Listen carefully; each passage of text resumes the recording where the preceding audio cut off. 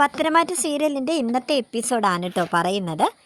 Episode തുടക്കത്തിൽ ജലജ അബിയോട് വന്നിട്ട് പറയുന്നുണ്ട്, എടാ നീ നിൻ്റെ അച്ഛനെ കണ്ടു അല്ലേ, എനിക്കിപ്പോഴാണ് കാര്യങ്ങളൊക്കെ വ്യക്തമായത്. നിന്നെ ഉടനെ തന്നെ ആ AN ജ്വല്ലറിയുടെ മാനേജറാക്കിയതൊക്കെ നിൻ്റെ അച്ഛൻ വഴിയായിരുന്നല്ലേ. ഓ, അപ്പോൾ നിങ്ങൾ രണ്ടുപേരും എന്നെ വിട്ട് പോകാനായിട്ട് തീരുമാനിച്ചു. ഇത്രയും നാൾ അയാൾ എവിടെയായിരുന്നു എന്നൊക്കെ പറഞ്ഞ് അബിയോട് ജലജ സംസാരിക്കുമ്പോൾ അബിയാണെങ്കിൽ, ഞാൻ അച്ഛനെ ഇതുവരെ കണ്ടിട്ടില്ല, ഡേവിഡ് സാറാണ് എന്നെ ആ AN ജ്വല്ലറിയിൽ നിയമിച്ചത്, അത് നവ്യ വഴിയാണെന്നൊക്കെ അമ്മക്കറിയാമല്ലോ, പിന്നെ അമ്മ എന്ത് വെച്ചിട്ട് എന്നോട് ഇങ്ങനെ സംസാരിക്കുന്നതെന്ന് ജലജയോട് പറയുകയാണ്. അപ്പോഴും ജലജയ്ക്ക് എന്തൊക്കെയോ സംശയമാണ്. അങ്ങനെ മുറിയിൽ പോയിട്ട് ജലജ ഇങ്ങനെ ആലോചിച്ചിരിക്കുകയാണ്, അയാൾ എൻ്റെ മക്കളെ തട്ടിയെടുക്കോ ഇല്ലയോ എന്നൊക്കെ പറഞ്ഞ് ഇങ്ങനെ സംശയത്തോടെ അവളിങ്ങനെ ഇരിക്കും. നയനയും ആദർശിനെയും കാണിക്കുന്നുണ്ട്. അവർ അനിയുടെയും അവന്തികയുടെയും എൻഗേജ്മെൻറ്റ് കാര്യത്തെപ്പറ്റി സംസാരിക്കാൻ കേട്ടോ.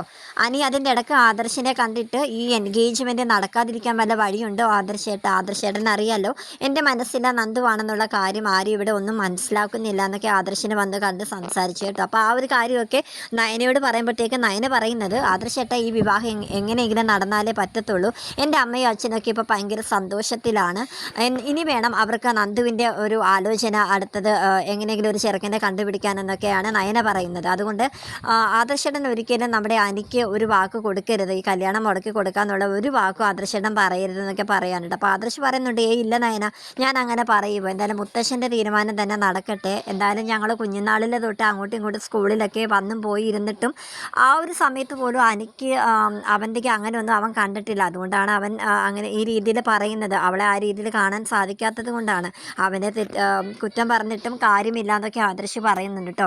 എന്തായാലും നമുക്ക് ഈ വിവാഹം നടക്കുന്നത് കൊണ്ട് ഗുണവേ ചെയ്യത്തുള്ളൂ ആദർശേട്ട, അത് എല്ലാവർക്കും സന്തോഷകരമായിരിക്കും എന്നൊക്കെ പറഞ്ഞ് നയന പറയുമ്പോഴത്തേക്കും ആദർശ് അതിന് സമ്മതം മൂളുകയാണ്. പിന്നീട് നന്ദുവിനെ കാണിക്കുന്നുണ്ട്. നന്ദു മുറിയിൽ വിഷമത്തോടെ ഇങ്ങനെ ഇരിക്കുകയാണ്. കനക ചെന്നിട്ട്, എന്താ നീ ഇങ്ങനെ ആലോചിച്ചൊക്കെ ഇരിക്കുന്നത് എന്താണെന്നൊക്കെ ചോദിക്കുന്നുണ്ട്. പിന്നെ ഒരു സാരി എടുത്ത് കാണിച്ചു കൊടുത്തിട്ട് പറയുകയാണ്, ആ മോളെ, ഇത് നീ എനിക്ക് മേടിച്ച് തന്ന സാരിയാണ്, ഞാൻ നാളെ ഈ സാരി ഉടുത്തിട്ടാണ് ഞാൻ നാളെ പോകുന്നത് എന്ന് പറയാൻ കേട്ടോ.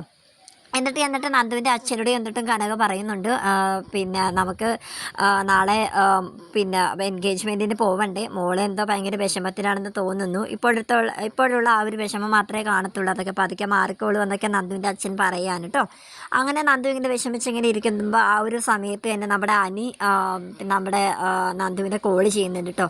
അപ്പോൾ ആദ്യം അവളെ എടുക്കുന്നില്ല, പിന്നീട് വിളിക്കാത്ത എന്താണെന്നൊക്കെ പറഞ്ഞ് അനി ഇങ്ങനെ ആലോചിച്ച് നിൽക്കുമ്പോഴത്തേക്കും അവന്തിക അനിയുടെ അടുത്ത് എന്നിട്ട് പറയാണ്, ഇന്നെങ്കിലും ഒന്ന് നേരത്തെ കിടന്ന് ഉറങ്ങിക്കൂടെ, നാളെ നമ്മുടെ എൻഗേജ്മെൻ്റ് അല്ലേ അനിയേട്ടാന്ന് ഇങ്ങനെ പറയാൻ കേട്ടോ. അനി അപ്പോഴത്തേക്ക് അവന്തികയോട് പറയുകയാണ്, ഇവിടെയുള്ള എല്ലാവരും ഭയങ്കര കോമാളിത്തരമാണ് ഈ കാണിച്ചുകൊണ്ടിരിക്കുന്നത് എന്ന് പറയുക. അപ്പോൾ അവന്തിക പറയുകയാണ്, എന്താ അനിയേട്ട ഇങ്ങനെയൊക്കെ പറയുന്നത്, രണ്ടുപേരും ഒന്നിക്കുന്നത് അവരെ ചേർത്ത് ഒന്നിപ്പിക്കാൻ നോക്കുന്നത് അതൊക്കെ കോമാളിത്തരമാണോ എന്നിങ്ങനെ അവന്തിക പറയാൻ കേട്ടോ. അപ്പോൾ അനി പറയാണ്, നീ ഒന്ന് നിർത്തി, ഇനി നീ ഇത് മുത്തശ്ശനോട് ചെന്ന് പറയണ്ട, ഞാനിനി മുത്തശ്ശനുമൊക്കെ കോമാളി എന്ന് വിളിച്ചെന്നായിരിക്കും നീ ഇനി ചെന്ന് പറയാനായിട്ട് പോകുന്നത് എന്ന് പറയുകയാണ്. അപ്പോൾ അവന്തിക പറയുന്നുണ്ട്, ഇല്ല അനിയേട്ടാ, ഞാൻ അങ്ങനെയൊക്കെ പറയുമോ. അപ്പോൾ അനി പറയുന്നുണ്ട്, എടി നീ ഇവിടുന്ന് ഓസ്ട്രേലിയക്ക് പോകുന്നതിന് തൊട്ട് മുന്നേ വരെ നിൻ്റെ സ്വഭാവം അബീനെക്കാട്ടും ജലജാൻറ്റിനെക്കാട്ടിയും ഒക്കെ ഭയങ്കര മോശമായിരുന്നു. പെട്ടെന്ന് നിൻ്റെ സ്വഭാവത്തിൽ ഒരു ചേഞ്ച് വന്നത് എനിക്കത്ര വിശ്വസിക്കാനായിട്ട് ആവുന്നില്ല. ഇനിയിപ്പോൾ നീ ഇതൊക്കെ കാണിക്കുന്നത് വെറും അഭിനയം മാത്രമാണോ എന്ന് അറിയില്ല എന്ന് പറയുകയാണ്. എന്താ അനിയേട്ട ഇത്, അനിയേട്ടൻ എന്താ ഇങ്ങനെയൊക്കെ സംസാരിക്കുന്നത്, ഞാൻ ആ പഴയ അവന്തിക അല്ല ഇപ്പോൾ, എനിക്ക് അനിയേട്ടനോടുള്ള സ്നേഹം അത് ഞാൻ എങ്ങനെ പറഞ്ഞ് വ്യക്തമാക്കും, ഇപ്പോൾ ഞാൻ സ്വപ്നം കാണുന്നത് അനിയേട്ടനുമായിട്ടുള്ളൊരു നല്ലൊരു ജീവിതമാണെന്നൊക്കെ പറഞ്ഞ് അവന്തിക ഇങ്ങനെ സംസാരിച്ച് നിൽക്കുകയാണ് കേട്ടോ. അങ്ങനെ അനി എന്തായാലും നീ പോയി കിടന്ന് ഉറങ്ങുമെന്ന് പറഞ്ഞ് അവളെ മുറിയിലേക്ക് പറഞ്ഞു വിട്ടിട്ട് വീണ്ടും നമ്മുടെ നന്ദുവിനെ കോൾ ചെയ്യാനായിട്ട് ഫോൺ കയ്യിലെടുക്കുകയാണ് കേട്ടോ. അങ്ങനെ നമ്മുടെ നന്ദു അവസാനം അവൻ്റെ ഫോൺ എടുക്കുകയാണ് കേട്ടോ. അങ്ങനെ നന്ദു എടുത്തിട്ട് ഉടനെ തന്നെ അവൾക്ക് വിഷമമുള്ള രീതിയിലൊന്നും അല്ല അവനോട് സംസാരിക്കുന്നത്. അനി എന്താ വിളിച്ചത്, ഞാൻ ഉറക്കമായിരുന്നു, നിൻ്റെ കോള് കേട്ടിട്ടാണ് ഞാനിപ്പോൾ ഉണർന്നത്, എന്താ അനിയെന്ന് ഇങ്ങനെ ചോദിക്കാൻ കേട്ടോ.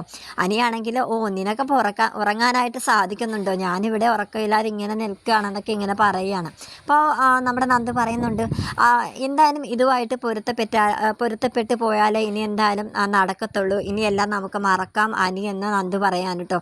അപ്പോൾ അനി പറയുന്നുണ്ട്, എനിക്കിപ്പോൾ നിന്നെ ഒന്ന് കണ്ടാൽ കൊള്ളാമെന്നുണ്ട്, ഞാൻ വീട്ടിലേക്ക് വരട്ടെ, ജസ്റ്റ് ഒന്ന് കണ്ടാൽ മതി, നീ വാതിക്കലോട്ട് വന്ന് നിന്നാൽ മതി, ഞാൻ റോഡിൽ വന്ന് കണ്ടിട്ട് പൊയ്ക്കോളാം എന്നൊക്കെ അനി പറയുന്നുണ്ട് കേട്ടോ. പക്ഷെ അതിന് അവൾ സമ്മതം മൂളുന്നില്ല. അനി നീ ഒന്ന് വെച്ചിട്ട് നാളെ എന്തായാലും നേരത്തെ എണീക്കാനുള്ളതല്ലേ, നാളെ ഫംഗ്ഷനുള്ള എന്നൊക്കെ പറഞ്ഞ് ഫോൺ കട്ട് ചെയ്യാണ്.